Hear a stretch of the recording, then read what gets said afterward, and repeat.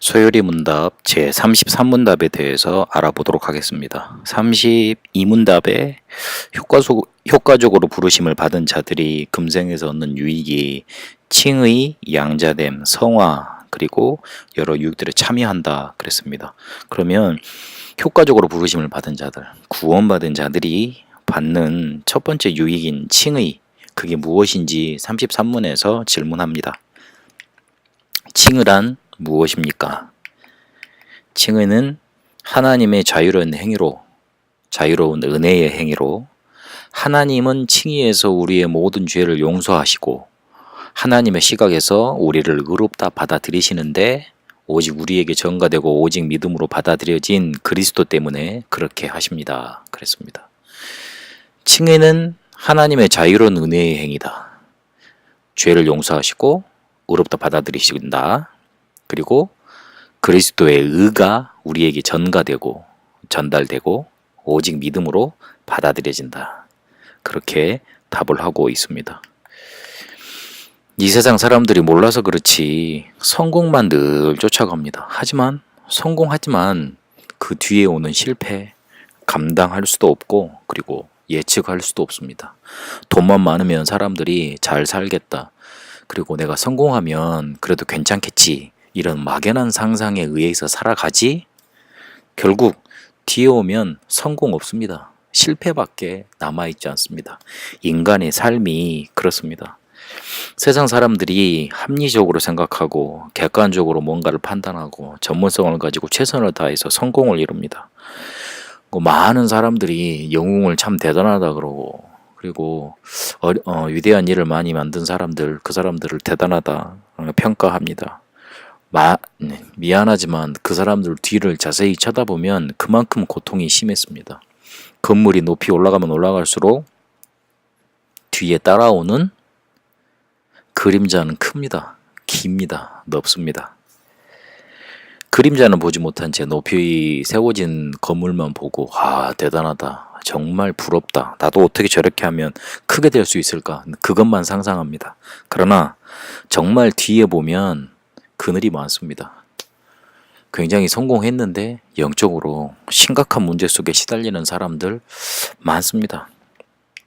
그래서 인간이 오는 한계, 능력, 나이 분명히 한계 오는데 그것을 바라보지 못하고 딱 현재 것만 눈에 앞에 보이는 것만 살아가는 인생이 될 수밖에 없습니다. 이 원인이 어디에 있느냐? 이 근본이 문제가 어디에 있느냐? 영적인 문제가 인간에게는 다 있다는 사실입니다. 창세기 3장 5절에 한 사람이 범죄함으로 우리 인간에게 죄가 찾아 들어오고 문제가 찾아 들어와서 찾아온 게 영적인 문제입니다. 하나님과 함께하고 그리고 행복해야 될 인간이 행복하지 못하고 뭔가 불편하고 답답하고 어려운 문제 속에 빠져 있는 겁니다. 로마서 3장 23절을 보니까 그걸 죄라고 그랬습니다. 죄라고 말을 하니까 사람들이 거부감을 많이 느껴지고 내가 잘못한 건가? 그 말 이전에 잘못될 수밖에 없는 어떤 상태 속에 운명 속에 딱 잡힌 겁니다. 그래서 인간은 단 한 사람도 성공 없습니다. 그리고 어떤 경우에도 실패될 수밖에 없습니다. 왜냐하면 인간에게는 영적인 문제가 있기 때문에 그렇습니다. 그래서 어떤 영적인 문제 속에 싹 사로잡혀 있으면 늘 갈급하고 늘 갈증이 나고 그리고 사람들과 이렇게 뭔가 맞지 않는 그런 영적인 문제에 자꾸만 시달리게 되어 있습니다. 인간은 이럴 수밖에 없기 때문에 하나님이 우리에게 뭘 주셨냐? 그 해결의 방법으로 의를 주셨고 그 의를 가지고 우리를 구원하셨고 그 의를 가지고 우리의 문제를 해결하신 것입니다. 그 방법이 바로 칭의입니다. 근데 이 칭의는 하나님의 자유로운 행위로 되어졌다. 자유로운 은혜의 행위로 되어졌다. 이렇게 말을 하고 있습니다. 자유롭다 그러니까 우리가 생각하는 단어의 의미로 그러면 이 사람은 내가 조금 좋아하니까 구원해주고 저 사람은 안 해주고 그런 말이 아닙니다. 은혜라는 걸 가지고 우리 인간을 아무 조건 없이 자유롭게 구원하셨다는 말입니다. 다른 조건을 걸면 그 조건에 종속이 되잖아요. 그럼 자유가 없어지잖아요. 그래서 그런 조건에 얽매임 없이 꼭 오직 은혜라는 것 가지고 우리를 어떤 조건에 얽매임 없이 구원하셨다는 겁니다. 그러니까 다른 조건에 얽매이지 않고 오직 은혜로 우리를 구원하셨다. 그 말이 바로 칭의입니다. 그래서 칭의의 정의는 죄 용서하셨고 우리를 하나님의 편에 하나님의 시각에서 봤을 때 의롭다고 하신 겁니다. 우리의 죄를 용서하신 것은 소극적인 의무의 칭의입니다. 그러니까 칭의가 의롭다 하셨으니까 죄 없다 하신 거 아닙니까? 그래서 죄 없다 하신 거, 그 말이 소극적인 의미, 1차적인 의미의 칭의입니다. 그러나 좀 더 나아가서 그냥 죄 없다 그걸로만 끝나시는 게 아닙니다. 우리를 의롭다 하시는 겁니다. 어떤 시각에서요? 하나님의 시각에서 볼 때. 스가랴 3장 6절에 보니까 사단이 대제사장 여호수아를 놓고 하나님께 참소하죠. 근데 그리스도는 그 대제사장 여호수아를 놓고 이렇게 대언자가 되시고 중보자 되십니다. 25문에서 살펴봤습니다. 그런데 거기서 칭의의 소극적인 의미와 적극적 의미를 다 나타나 있습니다. 대제사장 여호수아의 더러운 옷을 벗기셨습니다. 죄를 용서하신 겁니다. 근데 거기서 끝나지 아니하고 아름다운 옷을 다시 입혀주십니다. 의롭다 하신 겁니다. 칭의는 단순히 우리를 죄 용서, 죄 없다고 하신 것만 아니라 새로운 의미의 의롭다 하심을 얻도록 만들어 주시는 겁니다. 양자됨이라고 표현을 하는데 그 의미까지 연결이 되죠. 그러니까 칭의는 소극적으로 봤을 때는 단순히 우리의 죄를 용서하신 거로만 생각할 수 있는데 더 나아가는 개념입니다. 양자됨의 그런 개념과 이렇게 연결시켜지는 그런 적극적인 의미도 포함되어 있습니다. 단순히 우리를 그냥 죄 없다고만 하신 게 아니고 하나님의 자녀 삼으셔서 의롭다 하신 그런 의미까지 포함되어 있는 겁니다. 그럼 어떤 근거가 있느냐? 어떤 근거를 가지고 우리를 칭의 의롭다고 하시느냐? 그리스도께서 완성하신 의가 우리에게 전달되게 하셔서 그리스도와 연합하게 하심으로 우리 의가 되도록 만드십니다. 결국은 우리의 행위, 우리의 선택, 뭔가 그게 칭의의 근거가 되지 아니하고 그리스도께서 십자가에서 완성하신 의, 하나님이 보실 때 의, 그게 우리 속에 전가되어져서 칭의를 만드는 것입니다. 그래서 오직 믿음으로만 이 칭의를 받을 수 있도록 의롭다 칭함을 받고 죄 용서 받을 수 있도록 방법을 만들어 놓으신 겁니다. 정확히 말하면 우리가 믿어서 칭의를 받은 게 아니고 그 수단을, 그 방법 자체를 믿음으로 주신 겁니다. 그래서 우리에게 쉽게 말하면 포인트가 있지 아니하고 관점이 있지 아니하고 중요한 그런 뭔가 핵심이 있지 아니하고 칭의는 하나님의 관점에서 이루어지는 일인 겁니다. 그 칭의가 우리한테 와 있습니다.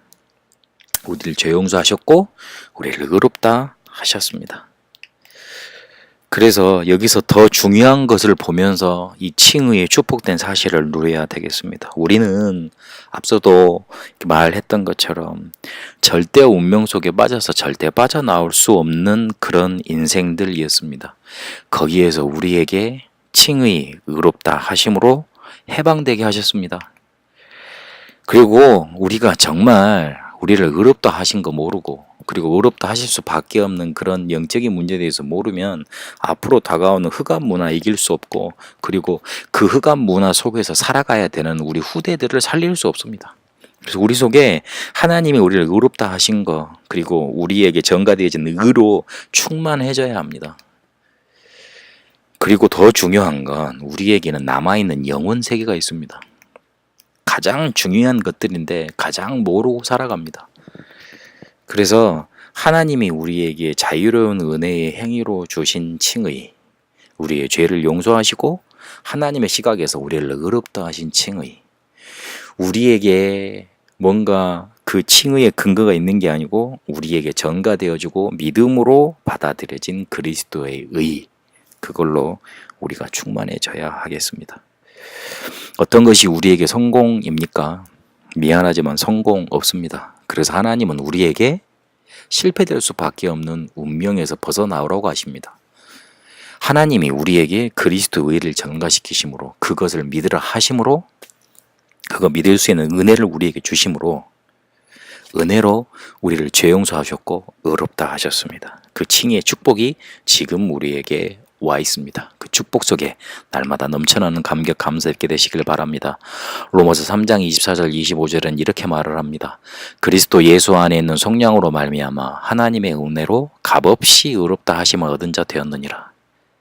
값없이, 값이 없어서, 가치가 없어서 값이 없는 게 아니고 이 세상에 어떤 걸로도 그걸 살 수 없기 때문에 값을 매길 수가 없는 겁니다.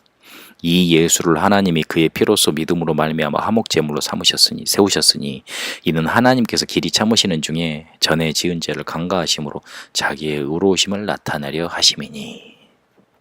화목제물로 삼으셨고 우리의 죄를 간과하셨습니다.